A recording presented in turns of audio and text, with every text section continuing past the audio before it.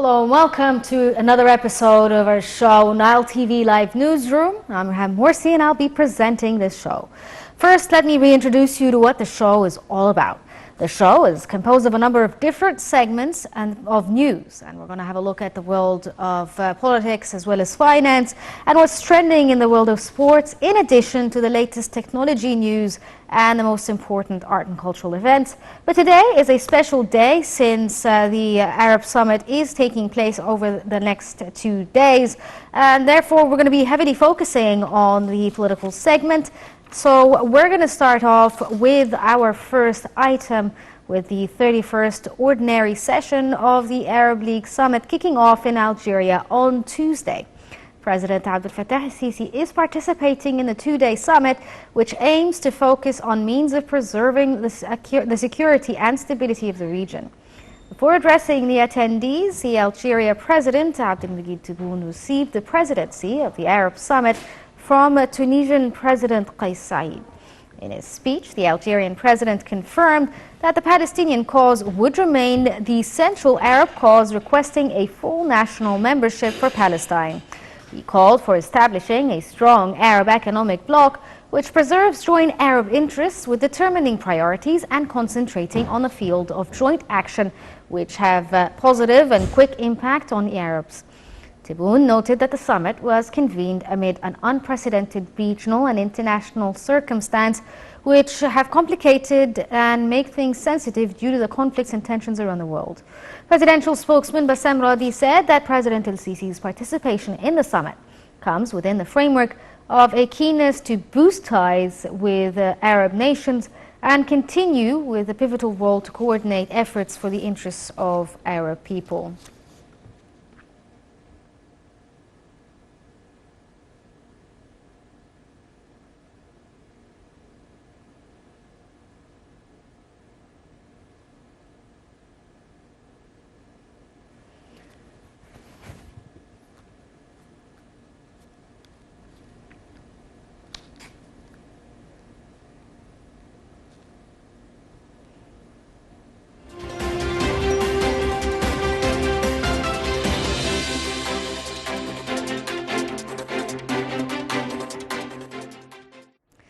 And joining us over the phone to help us analyze the situation at the Arab Summit is Ambassador Mohammed Al-Arabi, a former foreign minister.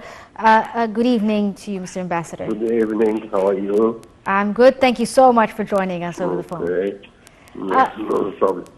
Can you tell us a bit about what you think are the most important topics that are to be discussed in the Arab Summit's agenda?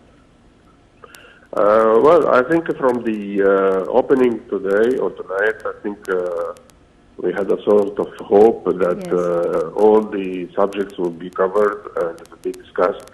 All the thorny issues which is now facing the Arab world, I think it will be on the table, and this is a very good thing.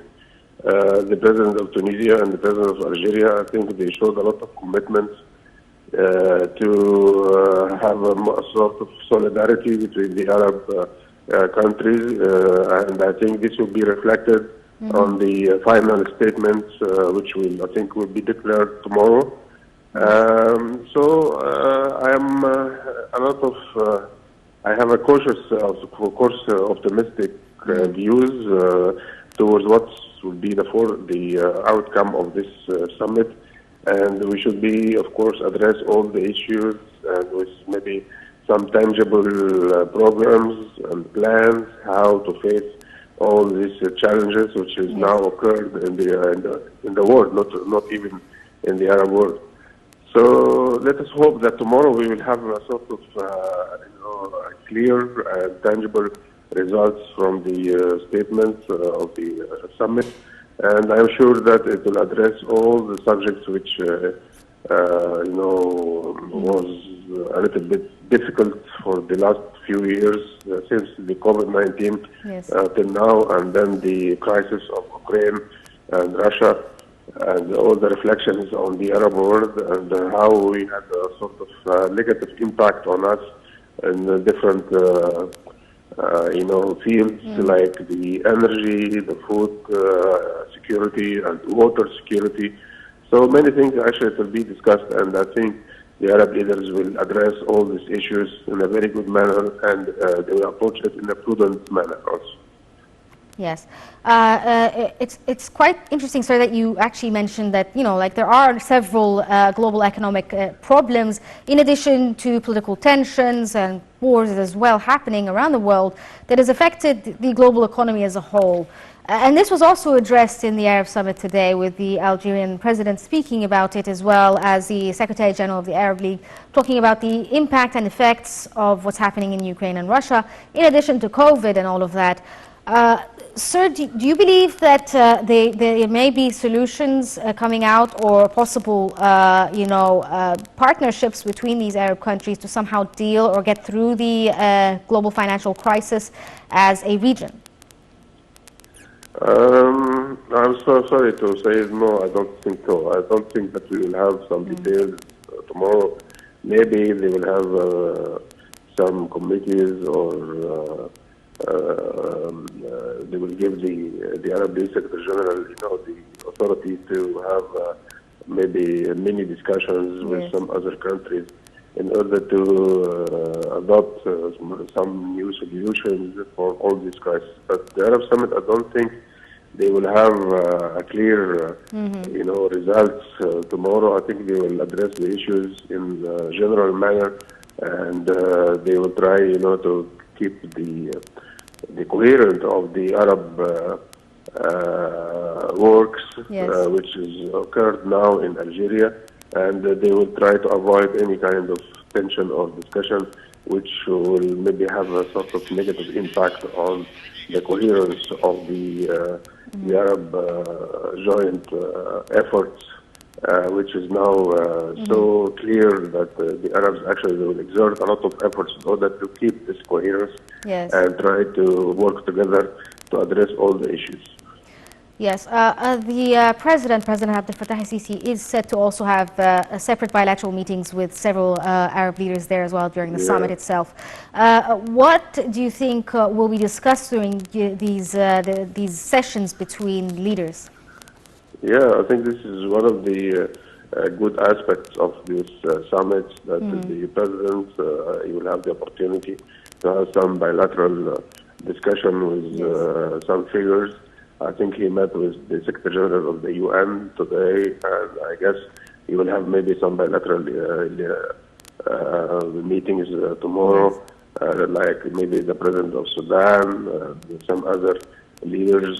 So I guess his schedule will be busy and full with some bilateral issues also, and this is actually part of the success of this kind of conferences, that the leaders will have a chance to discuss bilaterally all the issues, and maybe this will give a boost to the relationship between the countries. Okay, Ambassador Mohammed Al-Arabi, the former foreign minister, thank you so much for enlightening us on your perspective of what's happening at the Arab Summit. We're going to take a short break and then move on with the rest of the episode.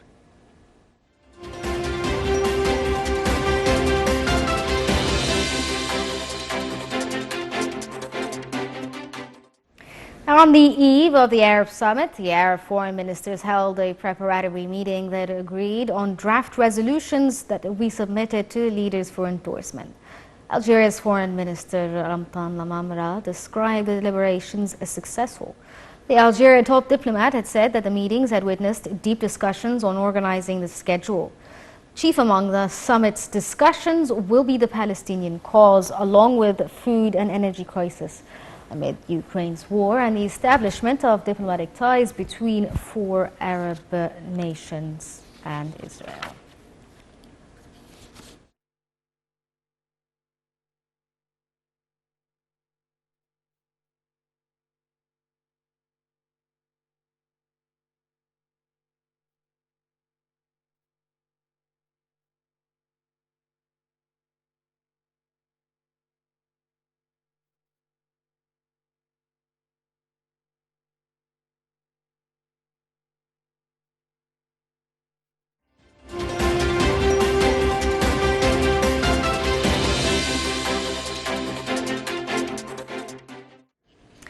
And to tell us more about this is the Ambassador Suad Chalabi, former Assistant Foreign Minister.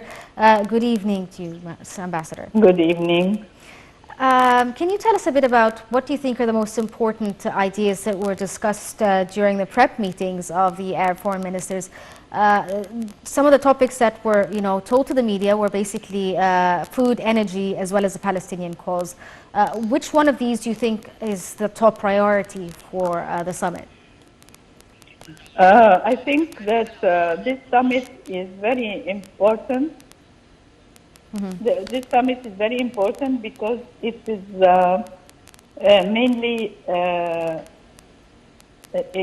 it's mainly for closing ranks between all the Arab countries.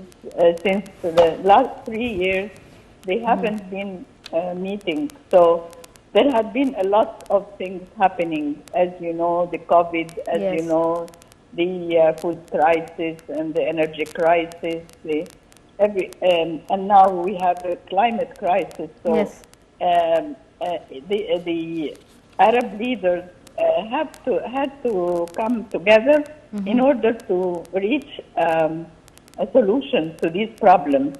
And of course, that the Palestinian problem comes as a priority because it had been the worst year for the Palestinians, suffering from the aggression and aggressive behavior of the Israelis with them. There have been a lot of killings and a lot of disturbances happening, and also in the Al-Aqsa Mosque there have been many intrusion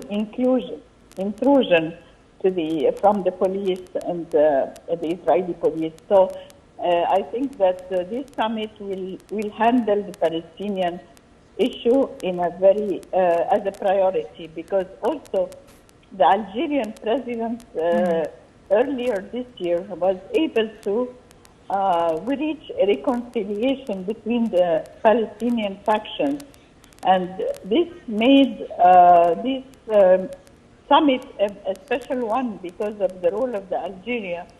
Of course, all the Arab countries support the role of Algeria, and this has been a very important step in solving the Palestinian problem. Like you were saying, Madam Ambassador, is that obviously the Palestinian cause is the top of the agenda because of what's happening right now, especially with the possibility of changes in the government of Israel. But also part of the issue was, like you were saying, COVID, in addition to financial crisis around the world. And also the fact that the Arab Summit itself last took place 3 years ago. There must be a lot to discuss when it comes to Arab leaders. What, ma'am, are your expectations for the catch-up that needs to be done, I suppose, when it comes to the meeting of everyone in the Arab world? Well, we don't have to be very optimistic, but we have to be realistic also. This is the first time they meet after 3 years. So let us think about all the challenges that they are meeting. They are meeting a lot of challenges regionally and internationally. So look at what is happening in Libya, what is happening in Yemen, what is happening in Syria. So they have to deal, these leaders are facing a lot of problems, especially with these chronic problems that are becoming for years, and they don't have a quick solution. We have to bring back the peace process to the Palestinian-Israeli conflict. We have to face the international crisis which is happening today, and all the Arabs are suffering from that crisis. Yes. So now we are going to COP27 in few days, and we are going to all face the climate crisis, which is facing the whole world. So the Arab leaders will definitely discuss the food security problem, the Yes. energy crisis problem, the climate crisis, and will for sure many of them will be represented in our Sharm el-Sheikh. Yeah. So do you think that that there will be discussions for sure about COP27s and what may happen when it comes to the Arab leaders attending and possible pledges during the summit? Of course, yes. Yes. What kind of discussions? I mean, part of the issue that the Secretary General also spoke about when it comes to climate change was basically countries here in North Africa and the Arab region in general, in addition to developing countries, will be the most affected when it comes to climate change and food shortages, which is currently an issue around the world. Do you think that there could be a possibility to talk about solutions for tackling how the Arab world itself could handle climate change? Yes, of course. There had been a lot of problems facing the Arab world, especially scarcity of water, water scarcity, and food security. And of course, you know that all the Arab world have many deserts, so many droughts are expected to happen in the future. Yes. So they're going to the green economy and choosing the renewable energy for the future. This is something that they have to discuss, because actually the North African region and the Gulf countries are very rich in energy. Yes. So what we need to do is to use this energy in a more natural way, so that it doesn't increase the pollution or increase the pollution of the air and of the water and of our life. So we have to really focus on having a greener economy, of a greener lifestyle, and we are speaking about renewable energy. So we are speaking about the sun and the wind and all the other options other than the energy, other than the oil. I mean. Yes. Other than yes. And the carbon. Okay, Ambassador. Carbon emissions, to avoid the carbon emissions. Yes, definitely. Ambassador Suad Shalabi, the former Assistant Foreign Minister, thank you so much for joining us over the phone. We're going to take a short break and get on with the rest of the episode.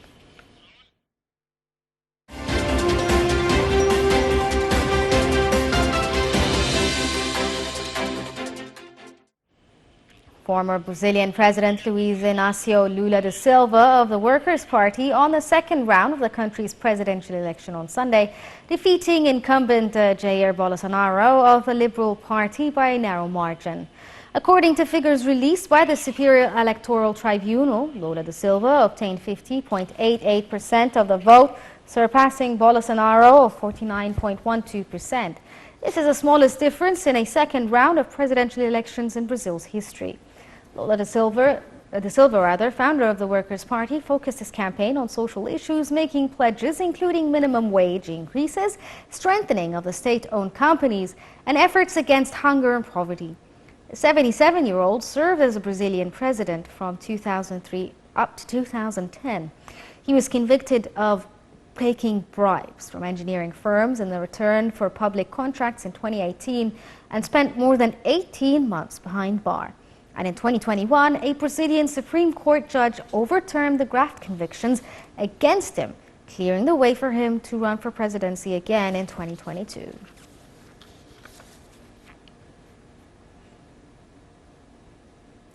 And moving on, still in the world of politics, Russia is halting the participation in the United Nations brokered Black Sea Grain Initiative is having an immediate harmful impact on global food security and food prices and have risen on uncertainty around the deal.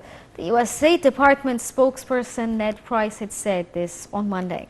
Moscow announced on Saturday that it was suspending its role in the UN-backed initiative that escorts cargo ships through the Black Sea. But ships carrying grain continue to sail from Ukrainian ports on Monday. Ukraine confirmed that 12 ships had set sail. The 354,500 tons of grains they carried was the most in a day since the program had begun.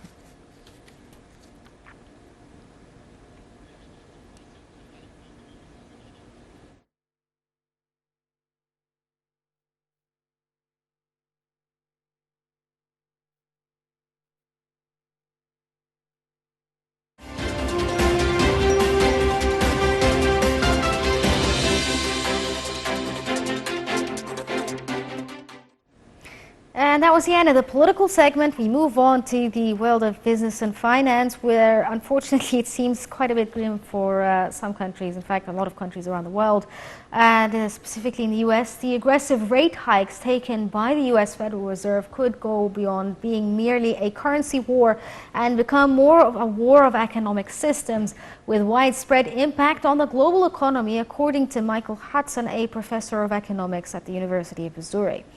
Friday's report from the U.S. Commerce Department had showed that prices rose 6.2% in September from 12 months earlier, the same year-over-year rates as in August. The persistence of high inflation, near the worst in 4 decades, has intensified pressure on the U.S. Federal Reserve to keep aggressively raising its key interest rates and try to wrestle rising prices under control. Last month, the Fed had raised its key rate by a substantial 3/4 of a point for a third straight time, and next week it is expected to do the same for a fourth one. The main victims of this aggressive rate hikes will likely be other countries, holding their own interest rates very low, with expectations that the British pound and the Japanese yen to suffer, with the yen already plunging to a 24-year low against the dollar in September. Domestic policies of European countries are basically being dictated by U.S. foreign policies that are sagging economies and are struggling to support the euro's exchange rate. Another global issue arising due to the strengthening of the U.S. dollar that developing countries are finding it harder to repay their debts and buy the raw materials needed to develop their economies. The de-dollarization trend is accelerating, though, across the world because of this, which will invariably see more nations look to focus on their own economies, policies away from reliance on the U.S. system.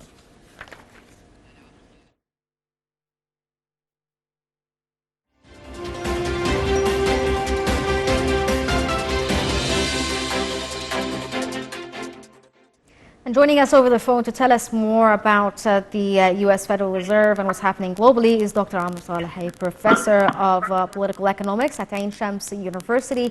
Good evening to you, sir. Yeah, good evening. Pleasure is mine. Can you tell us what you think the Fed is set to, like I was saying earlier, that the Fed is set to have another rate hike by about the same amount of 0.75 points.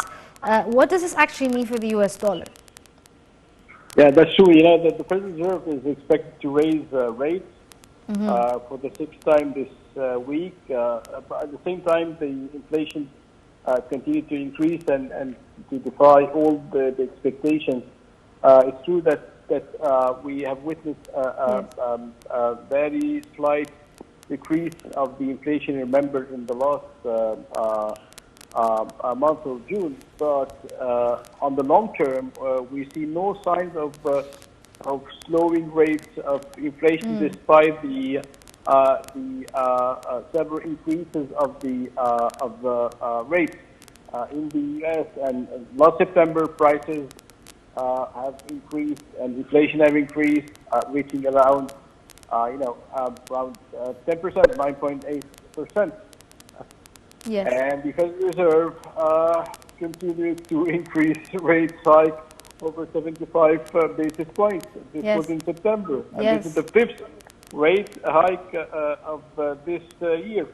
Yes. Actually, as an economist, I don't think that, and I've said it many times, I don't think that paying or increasing the rate from the Federal Reserve is going to decrease the inflation. And we've seen many controversy and many critiques to the Federal Reserve because simply, when you increase the rates, you're absorbing the demand and the liquidity in the economy, and this is bringing a slowdown, Yes. of the economy. Some economists have said that this is the only way. I don't think that, and I've said it many times, I don't think that increasing the rates is going to have a major impact on inflation because this is an external inflation. It's not an inflation that is due. It's not a classic inflation, as we say. It's not an inflation that is due to the offer and demand. Yes. But this is an inflation due to external factors of the market. So I don't really see any solutions with the several increases of the rates. On the contrary, when you increase the rate, Yeah. you're increasing the credit risk, and you're increasing the credit cost, and this means that you're increasing the cost of investments, and Yes. this is going to bring, again, as I said, another reason to increase a slowdown of the economy. And I don't think, again, that increasing. Some have said that this is the only way, and this is the only instrument that the Federal Reserve has. That's true, but again, I don't think that increasing the rate would have a long-term impact on the American economy. On the contrary, it might be very dangerous because it might lead to a certain kind of a recession, especially that the IMF have said that there are several risks to see a recession in the world economy. So again, coming back to your questions, yes, the Federal Reserve have increased the rates, but personally, as an economist, I don't think that this is the right solution or the appropriate solution to stop fighting or to stop the inflation in the U.S. Yes, sir. Like you were saying, that the intention here is to prop up the dollar, basically. But the Fed hikes have basically a domino effect, I suppose, on the global economy as a whole, with many economies finding it a strain. Every time the Fed raises the basis point there, they have to do that as well, or find it difficult to pay debts, for instance, when it comes to developing nations. Do you think that countries are going to start looking for other means or other ways to, I suppose, set the standard for global trade? Like, for instance, China is now trying to set the yuan as a trade item rather than a US dollar, and Russia doing so with the ruble as well. Do you think this may change how, I suppose, business is done around the world? Well, exactly. I think that many worries have been raised because of the several increases that happened. This is going to increase, as I said, Yes. all over the world. This is going to increase the cost of borrowing money. This is going to increase the cost of business. It could contract the world economy, sending the world economy and the U.S. into recession and shrinking the economy rather than growing the economy. The federal acknowledged the several impacts and the several effects and potential risks of this kind of, that's what we call monetary policy. Yes. But the Federal Reserve is managed by people that believe a lot in the monetary school, and instead of restoring prices stability and achieving a modest decline, or rather the increase in unemployment and a soft, what we call the soft landing, this is very challenging, and this is going to have, in my opinion, this is going to have an impact on on the world economy and especially on the developing countries. And we've seen that and at the time that the Federal Reserve have increased the rates, we've seen that lots of hot money have flow from developing countries to the U.S. And we've seen, for example, Egypt. In Egypt, we've acknowledged that around 20 or 26 billion dollars went from the financial market in Egypt to the U.S., and this happened in several countries. This is really affecting the developing countries, and it's true that some money flows to the U.S. Now, I think that these amounts are very poor and not too much, and it's not going to increase investments or liquidity in the U.S. That's why, and we've seen, and this is really amazing. We've seen. You're asking about the world economy and the developing countries. We've seen after each increase of the Federal Reserve rate, we've seen increases in the central banks all over the world, especially in Europe or in Australia. And I think that, in my opinion, because lots of countries are following the dollar, so the central banks are obliged to increase the rate. And again, I think, in my opinion, that increasing the rates is not the right solution. I think that the right solution is bringing an increase of the production of the offer, and not bringing a shrink of the demand in order to decrease the demand and then decrease the liquidity and then decrease the inflation. So I think, in my opinion, the better solution would be promoting and helping the private sector and the demand side to increase its offer to meet the demand of the household. And I think this is much more smarter than playing with the monetary policy and increasing several times the rates. And we've seen that with each increase of the rates, and this is really paradoxical, we've seen that with each increase of the rates by the Federal Reserve, there was an increase of the inflation in the U.S. and in the world economy. Okay, Dr. Ahmed Saleh, Professor of Political Economics at Ain Shams University, thank you so much for highlighting what's happening there in the U.S. and affecting the entire world. We're going to take a short break and get on with the rest of the business and financial news.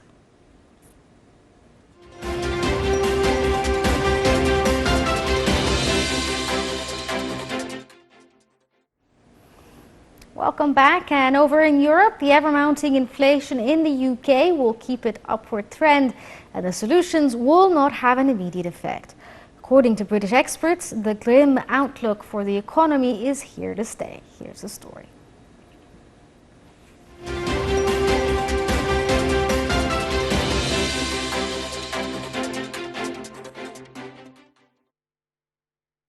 Inflation in the UK has been running high for months so far this year due to various factors, including the Brexit, COVID-19 pandemic and energy shortages in Europe. Data released by the Office for National Statistics in October shows UK's GDP in August dropped 0.3% month on month, lower than market expectation. More than 5,600 enterprises went bankrupt in the second quarter this year, the highest level since the third quarter of 2009. Moreover, the inflation rate in September surged 10.1%, the highest in 4 decades, and food prices were the main contributor. In September, food prices rocketed 17% compared to the same period last year. Anna Valero, Senior Policy Fellow at the London School of Economics and Political Science, forecast that inflation will not recede as the main factor continue existing, saying it currently seems expectations are at this level of inflation is going to remain, and a lot of pressures underlying it are still around. So rising food prices, in particular this recent increase, the energy crisis is ongoing.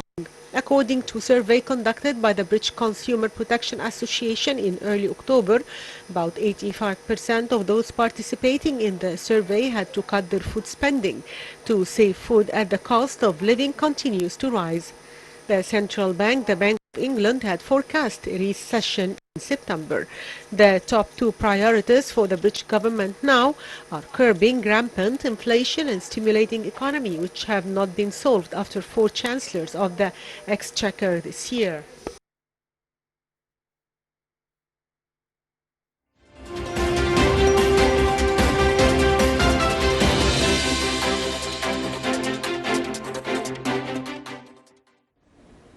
And welcome back, still on the show here. This is a bit of tech and business news as well.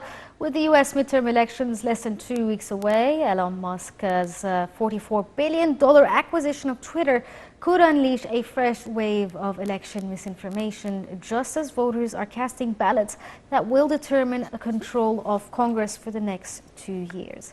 Musk, the CEO of an electric car-making company, says he is a free speech absolutist and has vowed to loosen the reins on chatter within the social media app, which in recent years had striven to limit toxic content it viewed as dangerously false or discriminatory, even as its global influence has widened.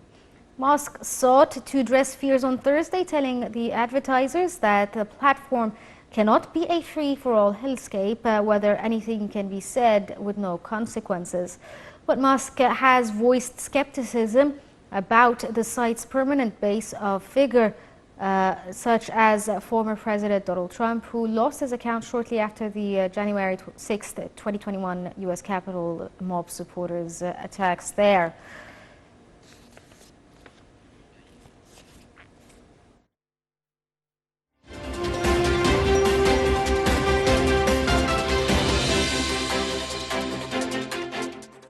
Joining us over the phone to talk to us more about the recent acquisition of Elon Musk of Twitter is Dr. Said Al-Khouli, a professor of economics at Ain Shams University.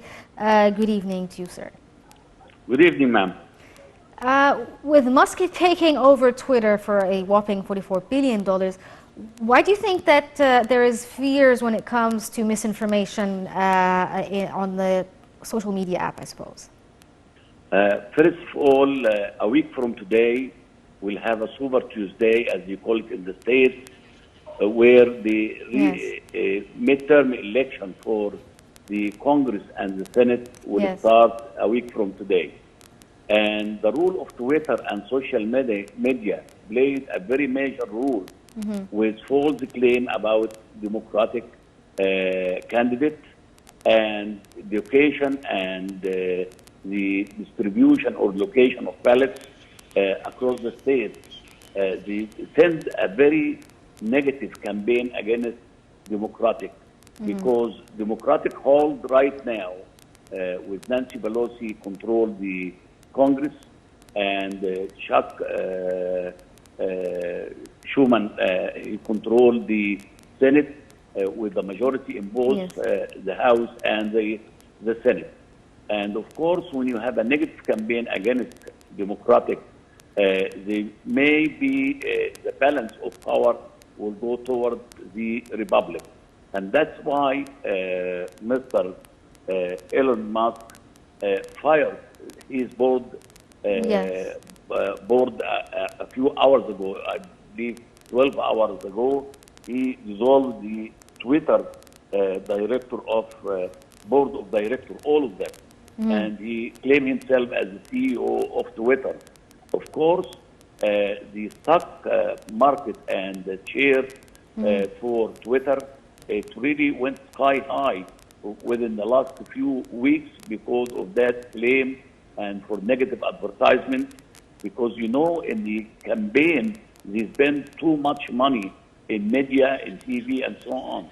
And social networking is really, it's a kind of free environment for the candidates. Which, sir, brings me to which brings me to the idea, is social media able to affect change when it comes to politics and the economy?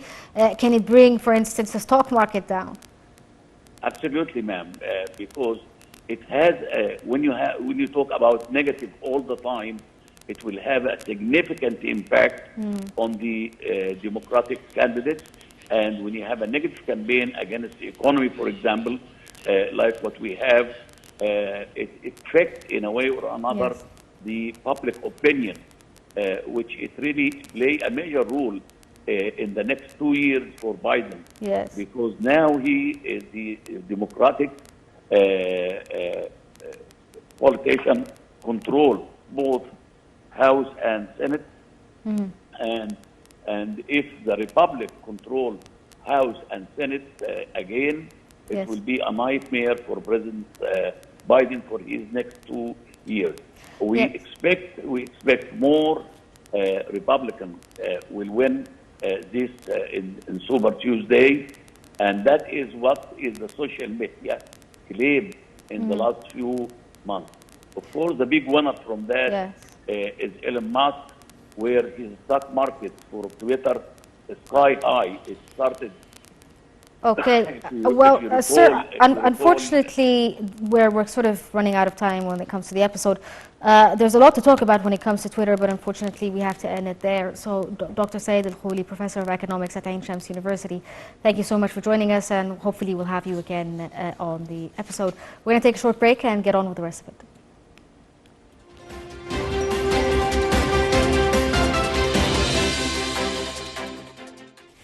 Welcome back, and in the cultural and arts news, with a view of Egypt's Giza pyramids in the background, 12 international contemporary artists showcase their art.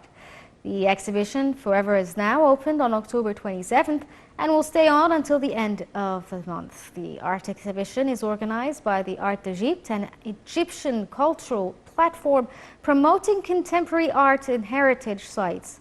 You can walk during the day or during the night with a really strong line of light that goes to the pyramids and goes after it. You can also walk down and follow the light. And this is how the Italian artist Emilio Ferro has described what is happening there and his artwork. He said this is a place that is magnificent. This year is the second edition for this exhibition. And a French chocolatier has come up with a unique recipe for one of his sweets, the Reaper Choc, which incorporates one of the hottest chili peppers in the world, the Carolina Reaper. Chocolatier Damon Vidal, who makes chocolate confectionaries out of rather carefully sorted out products, chose the Carolina Reaper as a challenge. It took weeks of trial and error to fine-tune the recipe. The chocolate is made of hazelnut covered with 55% dark chocolate and the Carolina Reaper chili pepper. The Carolina Reaper is known as one of the hottest chilies in the world and reaches an average of 1.6 million Scoville heat units according to the Guinness World Records. Damon Vidal also produces more traditional chocolates with hearts made of puffed rice, roasted corn and coatings of mint.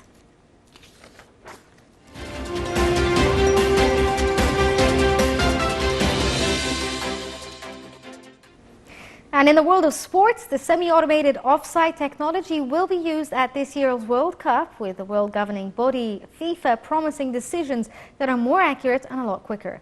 It is what can be considered an extraordinary development in officiating the game. Technology will be able to resolve contentions offsides that have been a problem in the last decade or so. Using cameras strategically positioned around the stadiums and a chip in the match ball, the FIFA said that the technology will go a long way to cut down the contentious video or VAR decisions on marginal offsides and reduce the time needed to check. And our final item of the day is the Lily Cantaro, a 29-year-old Paraguayan artist famed for painting intricate and personal football boots for stars including Lionel Messi and Ronaldinho, is preparing a new colorful take of the work to take place in the World Cup in Qatar. The Australian-born artist is painting some 24 sets of boots and balls as well as canvases, many inspired by the Middle Eastern nation and its capital Doha, which will host the national teams from around the world next month to compete in the World Cup. Quintero had made a name for herself while painting football boots, including Lionel Messi. She hadn't known that he would receive them, but when she received a photo of him holding it, she was excited and got onto the scene. In Qatar, she exhibits 8 balls with designs that pay tribute to the countries that have lifted the trophy throughout history, including Brazil, Germany, Italy, Argentina, Uruguay, France, England, and Spain. Well, this brings us to the end of this episode of Nile TV Newsroom Live. Hope you enjoyed this episode, but there's a lot more in store for you here on Nile TV.